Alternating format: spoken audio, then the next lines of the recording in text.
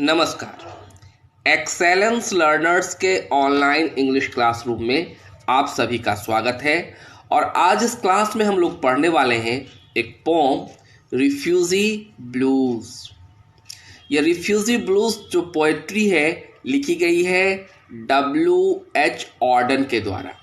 He is the composer of this pome. Students, यह poetry तब लिखी गई थी जब पूरे संसार वर्ल्ड वॉर सेकेंड से पीड़ित था और जीव जो जर्मनी के कुछ रिलीजियस पर्सन थे वे अपने आप को यहाँ तहाँ भगा रहे थे जर्मनी के हिटलर के डर से। यह पोएट ने इस पोम को डेडिकेट किया है उसी रिफ्यूजी के लिए। Student, do you know what is the meaning of refugee? Yes, refugee means the person or community that lives in some other state, some other country without any legal permission. And what is the meaning of blues? Blues are the melancholy song. ये एक दुख भरी गीत होती है which sing of sadness and misery, जो दुख या तकलीफ के वक्त गाई जाती है। So definitely this poem is going to deal with the suffering of refugees of that period, right? And poet here, H.W. Auden, his full name was Western Hughes Auden, has given the full-length voice of all those refugees who used to seek shelter here and there during the World War II.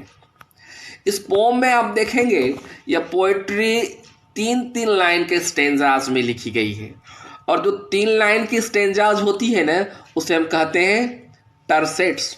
So the style of this poem is tercets. और जब pome में शुरू करूंगा तो मैं आपको दिखाऊंगा इसका जो राइमिंग स्कीम है वह है AAB, मतलब 2 लाइन स्टेंजा की तो सेम राइमिंग करती है, तीसरी अलग मिलती है। तो आज इसी पोएम के बारे में हम लोग बात करेंगे। इसकी पूरी व्याख्या मैं आप लोगों के सामने करूंगा। शर्त केवल है कि आप वीडियो को स्किप नहीं करेंगे, पूरा का पूरा वीडियो देखेंगे, क्योंकि पोएम 13 स्टेंजा की है इसलिए थोड़ी सी लंबी सी भी होगी और अगर आपने स्किप कर दिया तो फिर आपको समझ भी नहीं आएगी।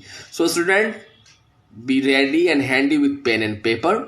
And before I just start the explanation and analysis of this poem, I say you and remind you, if you don't have subscribed my channel till now, just go ahead and subscribe my channel, and that particular time of the subscription, do not forget to hit on this bell icon, right?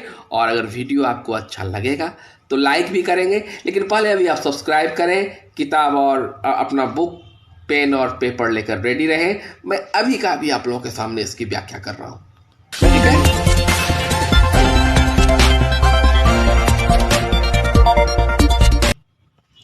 Let's start the explanation of this pome refugee blues bye western huge Orton, right? The poet says, this city has 10 million souls. Some are living in mansions, some are living in holes. Yet there is no place for us, my dear. Yet there is no place for us. So this is the very first stanza of this poem. और poetry के first stanza में poet हमें बता रहे हैं कि मान लीजिए इस शहर में 10 मिलियन सोल्स हैं। Soul means people. 10 मिलियन लोग हैं यहाँ। एंड वो है कैसे?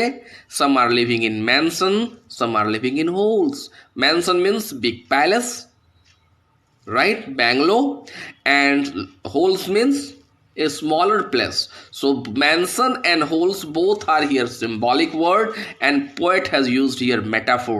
लोग वे क्या कह रहे हैं कि कुछ लोग तो महलों में रहते हैं, कुछ लोग छोटे छोटे होल में रहते हैं। Yet there is no place for us, my dear. Yet there is no place. लेकिन इसके बावजूद भी हमारे लिए कहीं जगह नहीं है। The poet says about the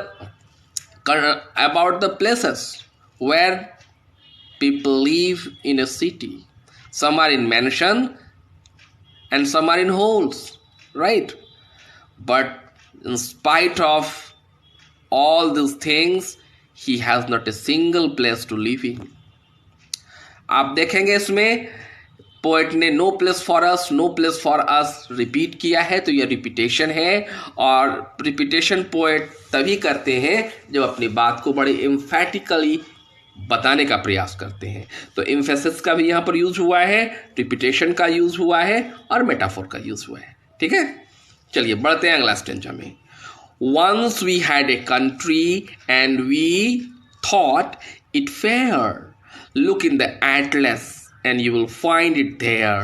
We can't go there now, my dear. We can't go there now.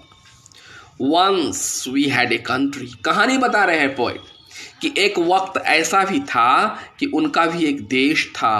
And we thought, और वे कहते हैं हम सोचा करते थे कि मेरा देश सुंदर था। इवेंचुअली हर एक का देश सुंदर होता है। Everyone needs to love motherland. Poet भी अपने मदरलैंड को लव कर रहे हैं, तभी तो बोल रहे हैं fair, right.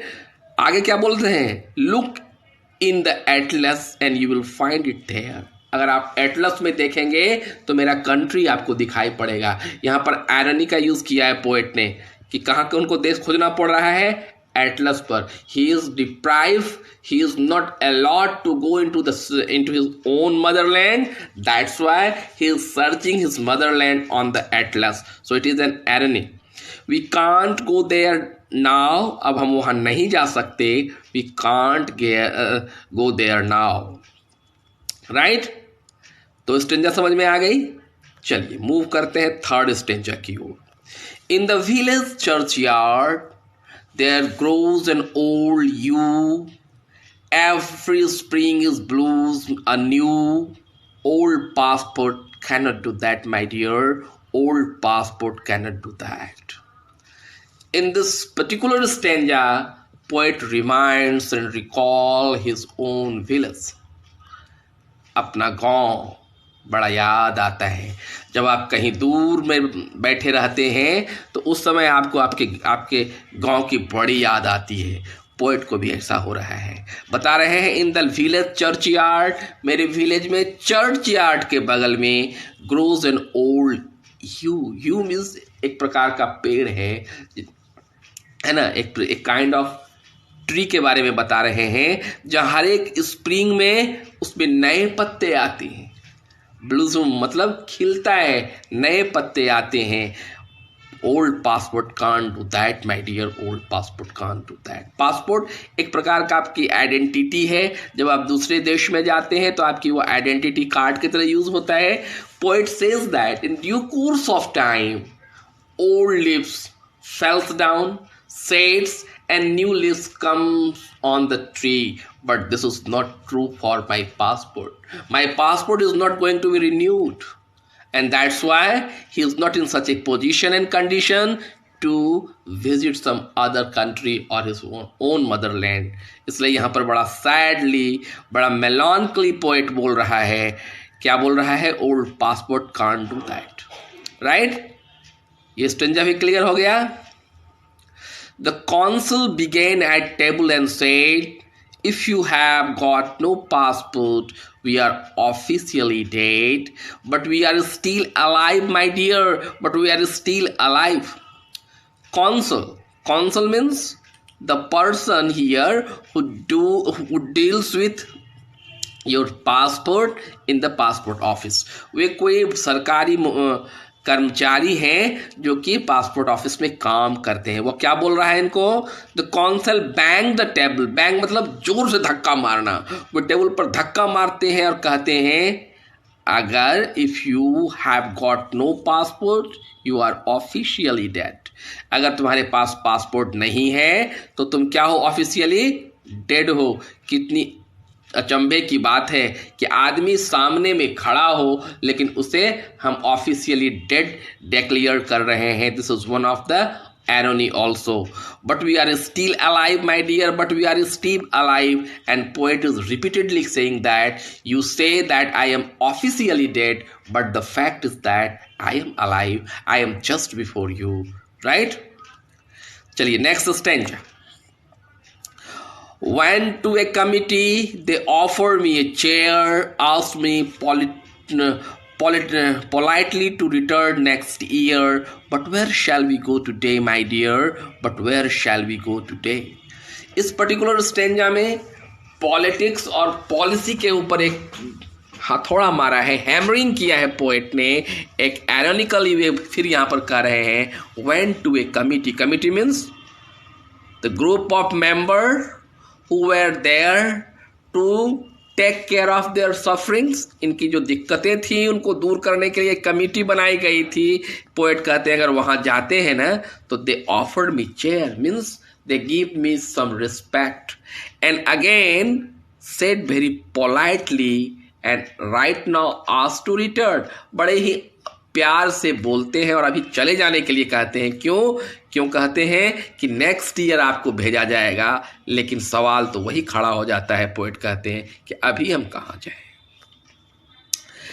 Came to the public meeting, the speaker got up and said, if you let them in, they will steal our deliberate. He was talking of you and me, my dear. He was talking of you and me. Come to a public meeting. जब public meeting में जाते हैं कौन, नेता, तो कहते हैं अगर हम रिफ्यूजी को अपने यहाँ लाएंगे तो definitely it will be the burden in the country.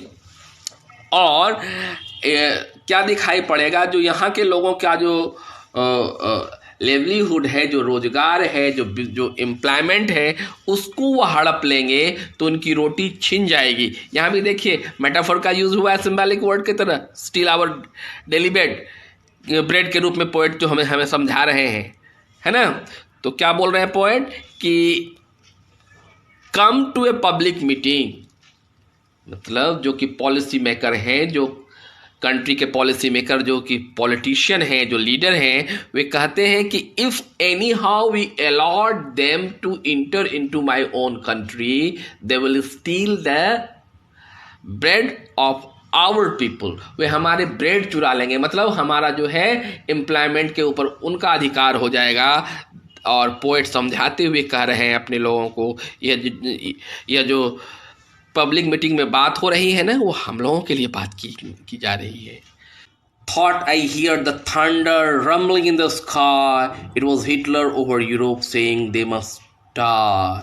We were in mind, my dear, we were in mind. Thought I heard, विचार कर रहे हैं कवि कि उन्हें याद पड़ रहा है एक थंडरिंग वॉइस की. थंडर मतलब जब बिजली चमकती है, रमलिंग मतलब चित्कार. The echoing sound of the thunder, poet says is remembering, and the sound is of Hitler. वो हिटलर की साउंड है जो पूरे यूरोप में एको कर रही है. पोएट क्या कर रहे हैं, दे मस्ट डाई. हिटलर ने क्या कहा था, जीव को मर जाना चाहिए. पोएट अपने लोगों को याद करा रहे हैं वह जो हिटलर था हम ही लोगों के बारे में बात कर रहा था. We were in his mind my dear, right.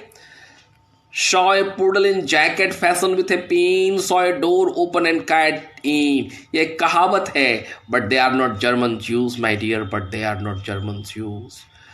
Poet क्या बोल रहे हैं यहाँ पर, एक वहाँ का जो एक कहावत था उस समय का, उसको यहाँ पर कोट कर रहे हैं कि वहाँ की जो इकोनॉमिक कंडीशन था पूरे यूरोप का, उसमें इस जीव को ही दोषी बताया जा रहा था. लेकिन पोएट कहते हैं ऐसा कुछ नहीं था जी, इसमें जीव का कोई हाथ नहीं था. Went down the harbor and stood upon the quay, saw the fish swimming as if they were free. Only 10 feet away, my dear, only 10 feet away. Only 10 feet away, okay. Went down the harbor. Harbour कहाँ है, जहाँ पर के ship shelter करता है, right. तो उस जगह पर जब गए और क्वे पर खड़े हुए, क्वे दिस इज द प्लेस, वहाँ से एक प्लेटफॉर्म जो होता है जिससे हम शिप के अंदर जाते हैं. क्वे में खड़े होकर जब आप नीचे पानी में देखोगे तो पोएट कह रहा है कि आपको दिखाई पड़ेगा fish is swimming and they are enjoying the life because they are free. Right, मात्र 10 फीट की दूरी पर, लेकिन वे फ्री नहीं है. Within this 10 feet, the gap of this 10 feet between this person Jew and to the fish, there is the wall of captivity. He says, walk through the wood, saw the burden tree. They had no politician and sung their ease. They were not human race, my dear, they were not human race. कहता है जंगल में जाइए, would मतलब जंगल, saw the bird, पक्षी को देखिए कहाँ, in the tree, वृक्ष के ऊपर. दे हैड नो पॉलिटिशियंस, वहाँ कोई पॉलिटिशियन नहीं है, इसलिए if there is no politician they sing the song of their ease. बड़े आराम से, बड़ा ही कंफर्ट सॉन्ग वे गा रहे हैं. लेकिन क्या कहें, पोएट कह रहा है दे वर नॉट ह्यूमन रेस, वे लोग ह्यूमन बींग्स नहीं है. ह्यूमन बींग्स नहीं होने के बावजूद भी they are free, but we don't. यहाँ पर कंट्रास्ट बता रहा है poet. Dream I saw a building with 1,000 floors, 1,000 windows, 1,000 doors.